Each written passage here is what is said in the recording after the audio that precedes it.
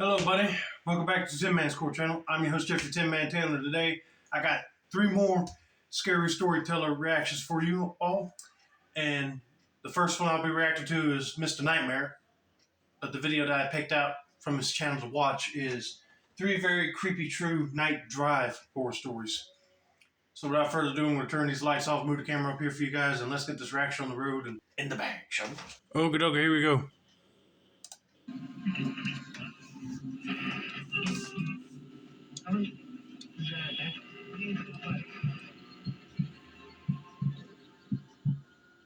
What I'm about to tell you is something that has no explanation. It's the strangest thing that has ever happened to me or anyone I personally know. I work late hours at a dive bar about 30 minutes from my house. Okay. It's not really by choice, it's just how things are when you live out in a more rural area. There are not a ton of jobs close to home, so you take what you can get. I was just about to say that if there ain't that many jobs that you're interested in, there's only a few that are open and one of them is a bartender job, then you take that until you find something else. But anyway, let's continue with the story and see what happens next. The bar itself isn't anything special, but it's steady work and most nights are pretty uneventful. The night this all happened was no different. My shift had gone by without much happening, and after closing everything up, I got in my car and started the drive home. Most of the way back is nothing but a series of winding back roads. Hardly any traffic, barely any lights, barely any cars, barely anything, honestly. Just long stretches of curves cutting through woods and farmland. It's usually a pretty quiet drive, and honestly, I've always kind of liked it for that reason. I mean, hey, if it's a road that's out in the countryside, less noisy and hectic than being on the highway, I'll take driving through those roads any day. But they definitely give off a creepy vibe when you're driving through them at night, because you never know if a deer would jump out in front of you.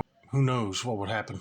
Like a built-in detox where I have time to zone out or think about characters I met at the bar and interesting conversations I may have had with them. Not long into the drive, I remember thinking to myself how unusually foggy it was.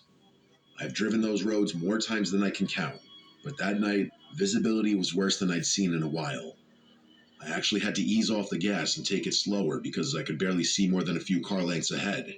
Even flipping on my brights didn't help. It just made the fog glow and reflect back at me, almost like I was driving into a wall of white. It started pissing me off because I knew it would only add time to my trip, and I was exhausted. I was about halfway home when I noticed it. Through the fog, maybe a little off to the right side of the road, there was this faint yellow blinking light. At first, I figured it was just some kind of roadside marker or maybe a reflector, but as I kept driving, it didn't really get any closer or farther away. It just stayed there, blinking at a steady rhythm, like it was moving right along with me, keeping pace from somewhere deeper in the fog. First of all, I will get annoyed too when the high beams, and if they reflect right back into your face, I'll be like, this don't even help at all. But then if you see a yellow reflective light out in the distance like this one, I'll be thinking, okay, is somebody in distress and need help? Is it a marker like you just said? Or it might be a phantom light, you never know. But that would be spooky seeing at night. The whole thing felt a little off. I couldn't tell how far away it actually was. It was like the fog was playing tricks on my depth perception. After about another minute of driving with that blinking light hovering in the exact same place, I started getting this weird feeling in my stomach. I couldn't even explain it to you. Something about it just didn't sit right with me. I decided to slow down a bit, thinking maybe if I let off the gas, the light would keep going and I'd get a better sense of what it actually was, or it would just continue onward and disappear entirely, and I wouldn't have to deal with it anymore. But as I eased down to almost a crawl, the light didn't change at all. It kept blinking at the same steady rhythm, still holding that same distance off to the side, like whatever it was that somehow matched my speed perfectly. That's when I really started to get spooked. I finally came to a full stop just to see if it would do the same, and sure enough, it stayed right there, blinking in the exact same spot with the same rhythm. I sat there for a second, trying to figure out what the hell I was looking at and debating whether I should just turn around or keep going. That's when it changed. The blinking didn't stop, but the light itself started getting brighter, like a small flame catching a sudden gust of wind and flaring up. It wasn't flashing faster, it was burning stronger with each pulse, like whatever it was had suddenly gotten more active. That was enough for me. I wasn't about to sit there and wait for whatever that was to get any closer or weirder. I reached down to shift into reverse so I could back up and turn around, but I realized the engine wasn't running. I swear to God, it was dead silent. I had no idea how that was even possible. The only way to kill the engine would have been touching the key, but I distinctly remembered never doing that. Why the hell would I do that? At that point, my hands were shaking, and my hands never shake. I pour drinks all day, my hands can't shake. As I was desperately trying to start the car, I couldn't help but think that this thing outside my car had something to do with my engine. Maybe. Because if it's just a light that's just keeping pace with you, but then when you stop, it got brighter, and once it was pulsating, that tells you right there that ain't no flashlight of somebody shining for help. It's a ghost energy orb, and it took the energy out of your car. Which, of course, wouldn't start. I tried the ignition again and again. The engine was completely dead. Meanwhile, that blinking yellow light kept burning brighter and brighter and brighter, almost like it was feeding off something. My pulse was racing at that point. I had no idea what the hell was going on, and there was no one around for miles. Not knowing what else to do, I reached for my phone, figuring maybe I could at least get some video of it or call for help. But as soon as I tapped the screen, nothing happened. Completely black, my phone had died. I knew for a fact I still had at least 20%. I had literally checked it back at the bar before I closed up, but now it was as dead as the engine. Before I could do anything else, the light suddenly flared to a blinding brightness, like an exploding star. I physically couldn't keep my eyes open. That's how bright it was. I threw my arms up in front of me and kept my eyes shut for 10 seconds at least, feeling the blaze of what was now a gigantic light bulb. And then, just like that, it was gone, like it had never been there in the first place. The fog was still thick, but there was nothing out there anymore. My heart was still pounding, but I instinctively reached for the ignition one more time, and this time, the engine turned over like normal. I didn't waste another second. I drove the rest of the way home with my eyes glued to the road, as if looking away for even a second would bring that awful light back. I knew once it was gone, your car would crank back up. You hear it all the time on these ghost hunting shows, or even people telling their own ghost stories about riding a vehicle and all of a sudden something like that would happen. They're drawing energy off your vehicle just so they can manifest. But once they had enough, they go poof, gone, and then you're able to turn your car back on. But I'm glad it started, and now you can get out of there without that thing showing back up, hopefully. Nothing else happened that night. Nothing ever happened again, actually. I've told this story to just about everyone I know. My family, friends, even a couple regulars at the bar. But no one's had an explanation that sits right with me. And trust me, I've heard every theory you could think of.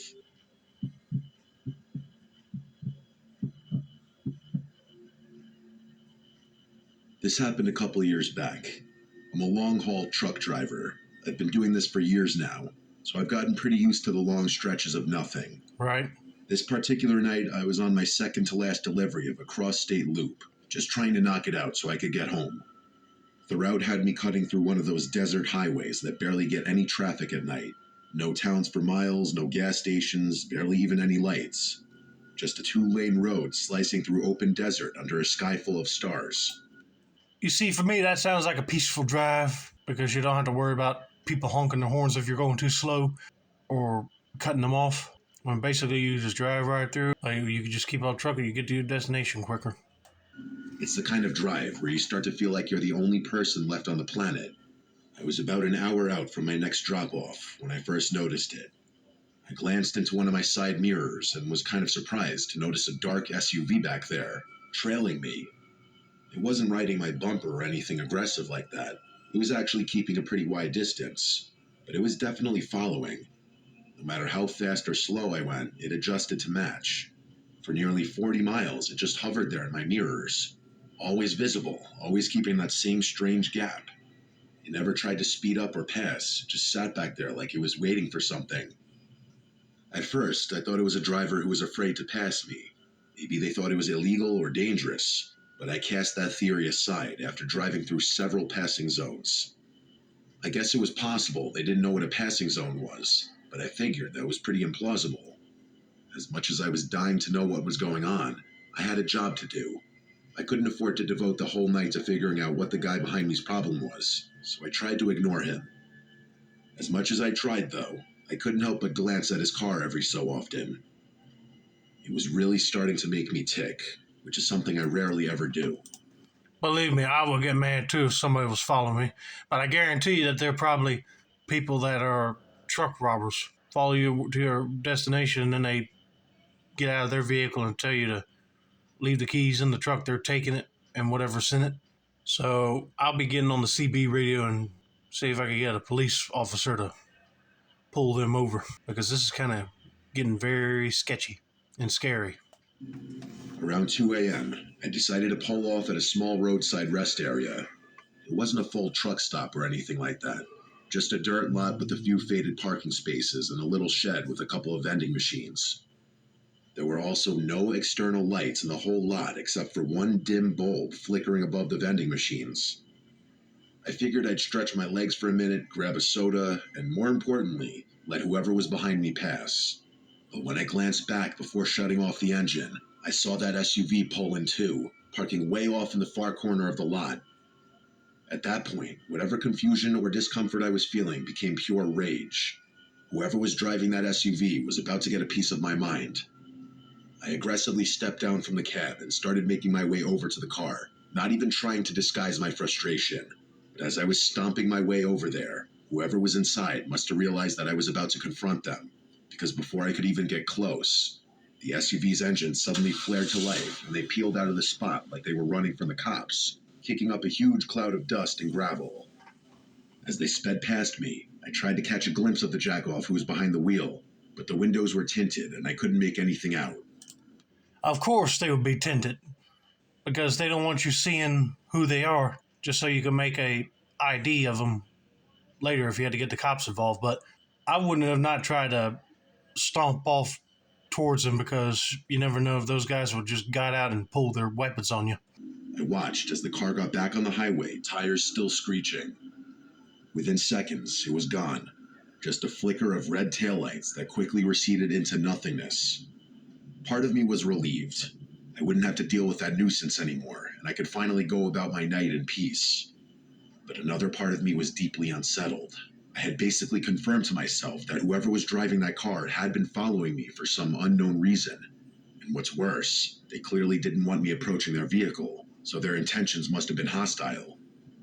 As I was returning from the vending machines, which coincidentally were completely unstocked, so that had been a huge waste of time, I only then realized how tired the whole encounter made me. My energy was zapped, and the last thing I wanted to do was get back on the road. I figured I'd earned at least a short break after all that, just a quick nap, an hour or two to recharge before finishing the route in the morning. I did a quick walk around the rig. I made sure the cargo doors were still locked and everything was secured tight, then climbed back into the cab. I reclined my seat, cracked the window slightly to let some air in, and settled in for a bit of rest. The lot was dead quiet by that point, and for the first time all night, I actually started to relax. My logic was that even if that person did mean me harm, there's no way they'd turn their vehicle around just to continue harassing me. You think. You never know, they probably did that just so they can wait until you get back in your truck to do what you're doing now. Nap, turn around, and come back just to try to unlock your trailer to see what's in it. But that would piss me off too if that happened. Even if they did want to come back, finding the lot again would be next to impossible. They'd have to search blindly in the middle of a pitch-black desert. The combination of my exhaustion and newfound comfort made falling asleep really easy. If I had to guess, I'd say I fell asleep that night in a matter of minutes. I should probably mention that I'm a really light sleeper. Like, really light. You kind of have to be in this line of work. Sleeping in sketchy roadside places so often builds a third eye, so to speak. If someone's messing with your rig while you're asleep, your entire livelihood could be at risk, not to mention your life. So yeah, the ability to wake up to even faint sounds could be the difference between job and no job, life and death. Maybe an hour after falling asleep, you guessed it, I was woken up by the faintest little noise, a light crunching sound, like footsteps pressing into the loose gravel. Even though I was still groggy, I had enough sense to keep quiet. I cracked the corner of one of my window blinds to take a look outside, and sure enough, there were two figures standing near the rear wheels of my trailer. They were crouched down low, inspecting the lower latch mechanisms like they were trying to figure out how to open them without making too much noise. They were keeping pretty quiet, but I noticed one of them had a small flashlight, using it to signal back and forth to the other. I couldn't make out any faces, but it was clear as day what they were doing. I didn't have any weapon on me. I usually don't, but if it came down to it, I was fully prepared to defend my rig and load. That's my life. As I watched, one of the guys reached into a small bag and pulled out what looked like a pair of bolt cutters. That was it. Without even thinking, I slammed my palm down on the horn, sending the truck's air horn blaring. Their reaction was instant. Both men jumped like they'd been hit with a lightning bolt, and they scrambled back towards the roadside brush. Not even 10 seconds later, I saw headlights appear out of nowhere. It was that same SUV from earlier, this time roaring back into view with its lights still off, before whipping around and disappearing into the night again. I never even had time to step out of my cab before the whole thing was over. After things calmed down a bit, I called the police. Honestly, I was mostly just calling to report the incident and get it on record, but they insisted I stay put until a unit could get there to check things out. It took a while, but eventually 2 officers showed up and helped me inspect the truck. Sure enough, there were fresh pry marks along one of the lower lock arms on the back of my trailer, right where those guys had been messing around. Fortunately, they hadn't gotten it open. The officers told me they'd seen this kind of thing before. Cargo thieves. Apparently it's a lot more common along that corridor than most people realize. They figured the SUV had been following me for a while, waiting for the right time to strike. This remains the most unsettling thing that has ever happened to me. Whew. See, what did I tell you? They did come back. Figured that he would have went to sleep and was signaling back and forth to each other with the flashlights to say, basically, yeah, he's sleeping. He found the lock for the trailer.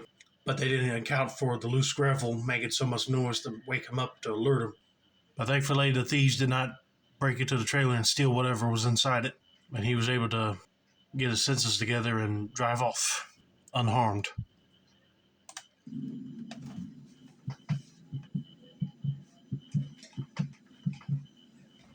There's nothing better than a night drive, especially in the summer. Picture this: the warm summer breeze flowing through the open windows of a speeding car cutting through empty stretches of endless highway. Well, that's what it's like around my neck of the woods anyway. There aren't a lot of cars out on the highway at night, no cops either, so I essentially have free rein to drive how I please. And trust me, I take full advantage of that. My dad's BMW M3 definitely assists in that regard too.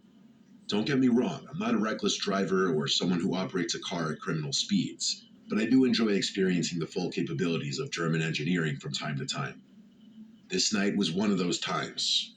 I was full-on joyriding, cruising along the highway without a care in the world, stereo turned off and passenger seat empty.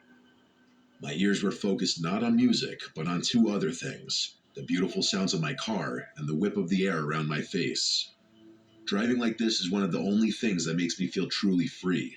I'm not sure what came over me, but at one point I had this insatiable urge to pull off the highway and cut up some back roads where I could really appreciate the car's handling. It's like when you get a really strong urge to do something and you don't really know why, but you do know that you won't be able to sleep at night if you don't satisfy it. That's exactly what it was like. So I did exactly that. I pulled off at the next exit and started cutting through a network of back roads, weaving through whatever neighborhood I had landed in. The roads were narrow and filled with tight bends, exactly the kind of driving I was looking for. I let the car open up a bit, taking the turns with just enough speed to feel the tires grip and release. The streets were completely deserted. It was just me, the car, and the road. Me personally, those German roadster cars look cool, but I wouldn't purchase one, and plus, I wouldn't try to show off with the drag racing capabilities. Because you never know if a cop will be around the corner hiding and they see you doing that, being reckless. And plus, you got to be careful on like sharp turns because you never know, you might accidentally turn your car over. That is, until I spotted a flicker of light in the road up ahead and slammed on the brakes just in time to barely avoid smashing into it. Once I came to a stop, I finally got a clear look at what I had almost hit. It was a shopping cart, just sitting there in the middle of the road like someone had wheeled it out and left it. The way my headlights bounced off the metal bars must have been what caught my eye and made it look a lot more sudden and dramatic than it really was. Still, it completely threw me off. I mean, it's not exactly normal to find a random shopping cart sitting dead center in the middle of the back road at close to midnight.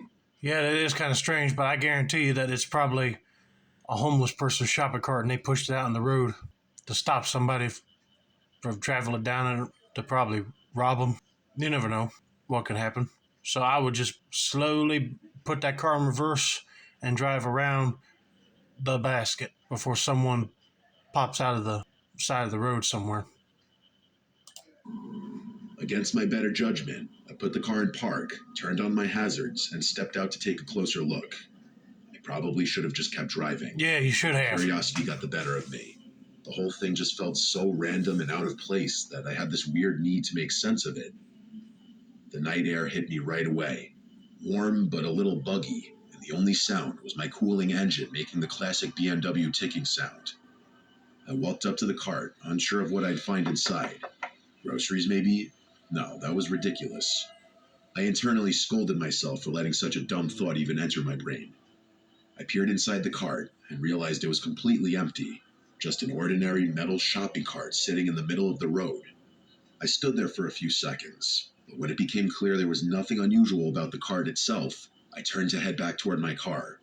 That's when I saw out of the corner of my eye, two dark figures suddenly broke out from the farmland beside the road. They were sprinting full speed, coming straight toward me.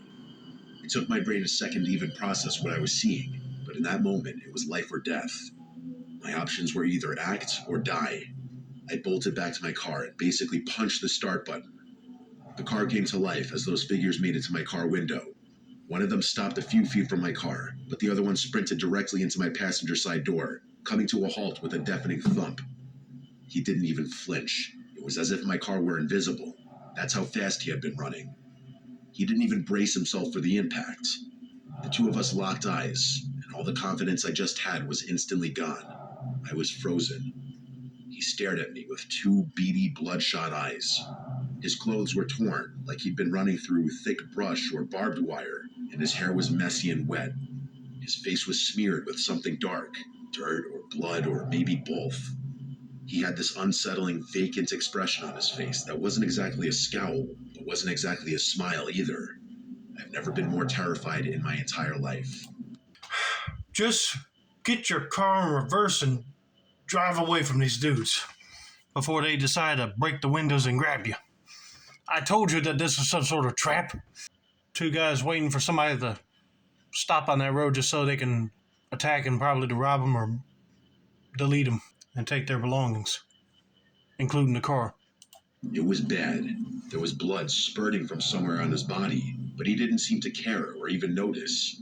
He must have realized I wasn't going anywhere, because he started fumbling with the door handle, trying to pry the door open. That's what did it for me. I snapped back to reality, maneuvered the car around the shopping cart, and sped out of there. I was beyond conflicted the whole drive home. Not only was I still shaken up and scared, but part of me also felt like that person needed help for his wounds and wasn't going to get it. I debated going back to see if he needed help, but ultimately decided against it. Instead, I reported the incident to the police while still driving, and they said they'd send someone over to the spot I described to check it out. When I finally made it back home, I parked in the driveway and got out to inspect the car. I needed to know how bad the damage was. That's when I noticed there was blood spattered across the entire passenger side door, way more than I had expected.